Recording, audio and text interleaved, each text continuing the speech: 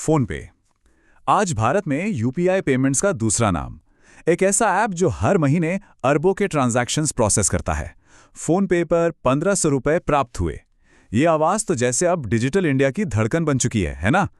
लेकिन सच कहूं तो सफलता के इस शिखर तक पहुंचना बिल्कुल भी आसान नहीं था।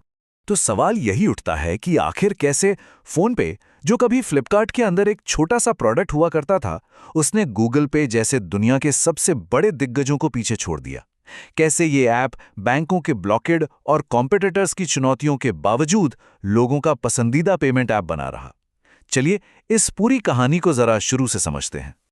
आज किसी को पैसे भेजना कितना आसान हो गया है। बस क्यूआर कोड स्कैन किया और पेमेंट हो गया। लेकिन जरा कुछ साल पीछे चलते हैं। मान लीजिए 2015 में। तब यह सब इतना आसान नहीं था। पैसे भेजने के लिए या तो बैंक की लाइन में लगना पड़ता था या फिर किसी जटिल ऐप में अकाउंट नंबर, लंबा चौड़ा आईएफएससी कोड और फिर ओटीपी का इंतजार।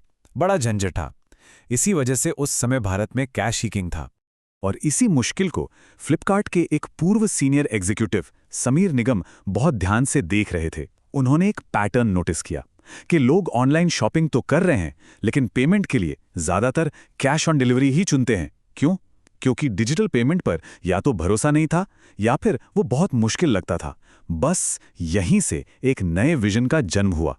समीर निगम ने सोचा, क्यों ना एक ऐसा ऐप बनाया जाए जिससे पेमेंट करना उतना ही आसान हो जाए जितना व्हाट्सएप पर किसी को मैसेज भेजना। कितना सिंपल आइडिया था, है ना? उन्होंने यह आइडिया अपने दो दोस्तों राहुल चारी और बुर्जीन इंजीनियर के साथ शेयर किया और तीनों का लक्ष्य एक ही था, पेमेंट्स को एकदम सिंपल, फास्ट और यूजर फ्रेंडली बनाना। तो दिसंबर 2015 में फोनपे कंपनी रजिस्टर हो गई। लेकिन इनकी यात्रा को जो असली रफ्तार मिली वो दो बहुत बड़ी घटनाओं की वजह से मिली। पहली, फ्लिपकार्ट का इन्हें खरीदना, और दूसरी, एक ऐसी टेक्नोलॉजी का लॉन्च होना जिसने भारत के पेमेंट सिस्टम को हमेशा हमेशा के लिए बदल दिया। 2016 फोनपे के लिए एक तूफानी साल था।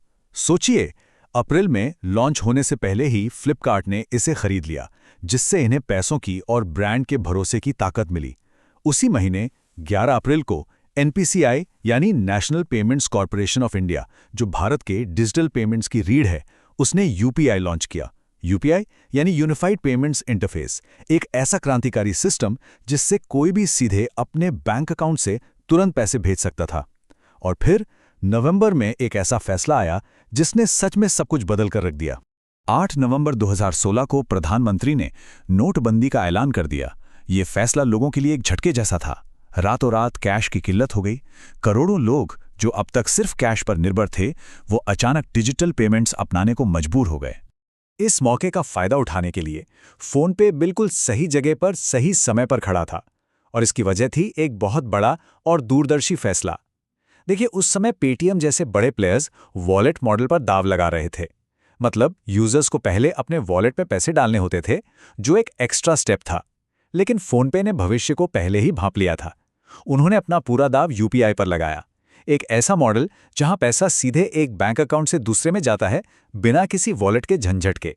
नोटबंदी के बाद जब लाखों नए यूजर्स पहली बार डिजिटल पेमेंट कर रहे थे, तो उनके लिए यह सीधा और सरल तरीका एक गेम चेंजर साबित हुआ। यही सादगी फोनपे की सबसे बड़ी ताकत बनी। फोनपे की ये तेज ग्रोथ अपने साथ कई मुश्किलें भी लेकर आई।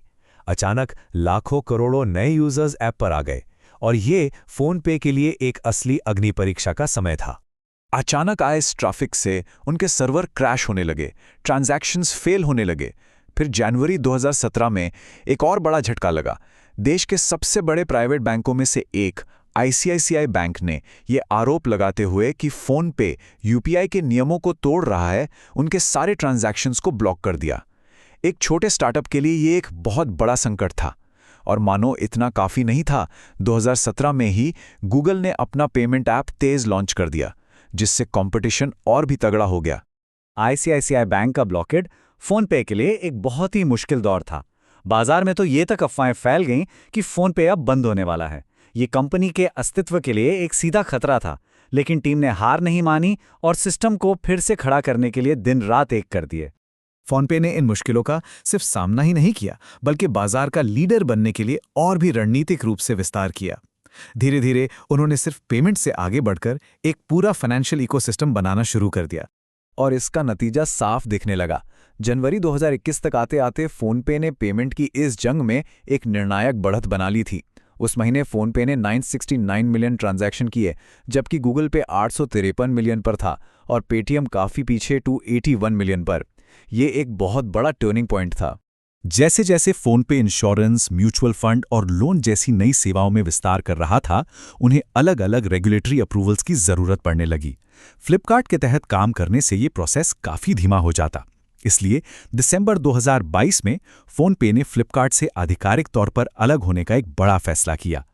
अच्छा, ये एक ऐसा सवाल है जो लगभग हर कोई सोचता है कि अगर यूपीआई ट्रांजैक्शंस यूजर्स के लिए फ्री हैं, तो फिर फ़ोनपे पैसे कैसे कमाता है? असल में उनका रेवेन्यू मॉडल सीधे P2P पेमेंट से आता ही नहीं है। इनके पैसे कमाने के 3 मुख्य तरीके हैं। पहला, जब कोई ऐप से मोबाइल रिचार्ज या बिजली का बिल भरता है, तो फ़ोनपे को उस सर्विस प्रोवाइडर से एक छोटा सा कमीशन मिलता है। दूसरा, जब लोग फ़ोनपे के जरिए इंश्योरेंस या म्यूचुअल फंड खरीदते हैं, तो उसे ब्रोकरेज कमीशन मिलता है। और तीसरा, स्विगी और मंत्रा जैसे बड़े मर्चेंट से वो अपने पेमेंट गेटवे का इस्तेमाल करने के लिए एक ट्रांजैक्शन या इंटीग्रेशन फीस लेता है।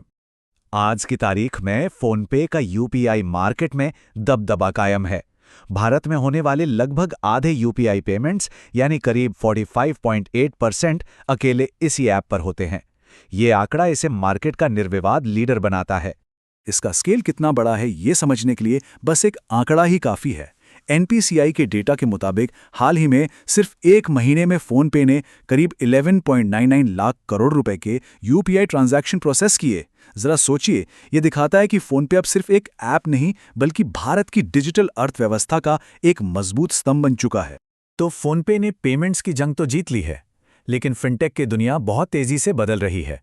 अब सवाल ये है कि कंपनी के लिए अगली बड़ी चुनौती या अगला बड़ा मैदान क्या होगा?